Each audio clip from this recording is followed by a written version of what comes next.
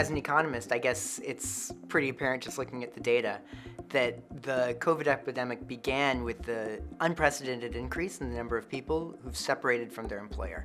Upwards of 1 in 5 employees lose their job in March. So in general, the economy has a difficult time reallocating workers from one employer to the next. And the magnitude of this has never been seen, done, accomplished before. So this is a gigantic challenge for the economy as like a system to reallocate people, and it's a gigantic challenge for people as people to very frequently to try to do something else. There was, in recent years, a lot of technological improvements in our ability to telecommute, do economic activity without coming into face-to-face interaction, right? So then the natural thing that you would anticipate is that that means that when these like human-to-human interaction jobs are incapable of being done, you would still see some hiring, economic activity and work from home type sectors. But that's not what you see actually. As hiring has picked up in the aftermath, basically June to now, hiring in these work from home types of professions have been really slumped relative to everything else. To say that all of a sudden we've shifted into two economies, one of which can be done from home and the other one requires human-to-human interaction, is just not correct. Despite what you might have anticipated, they're both in a recession right now.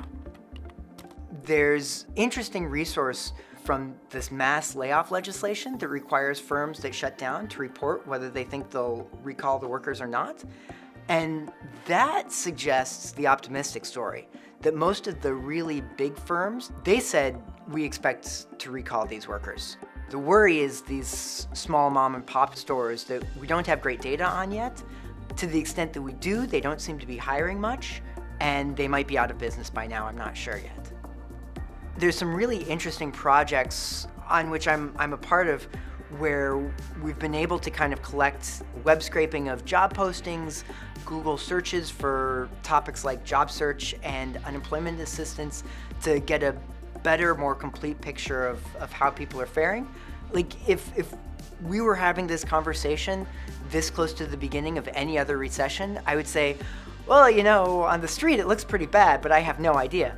But now I can say with a lot more certainty what the world looks like, because the way to know certainly what the world looks like is to have statistics on it, and I actually have the statistics on it at this point.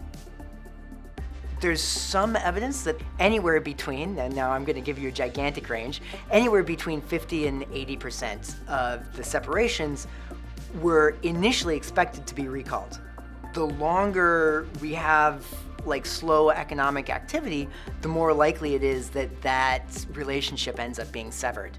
In the last 2 months, that furlough, recall, rehire side has kind of shut down, and now it's the minority of hires. Now if you're getting hired, it's usually by a different employer.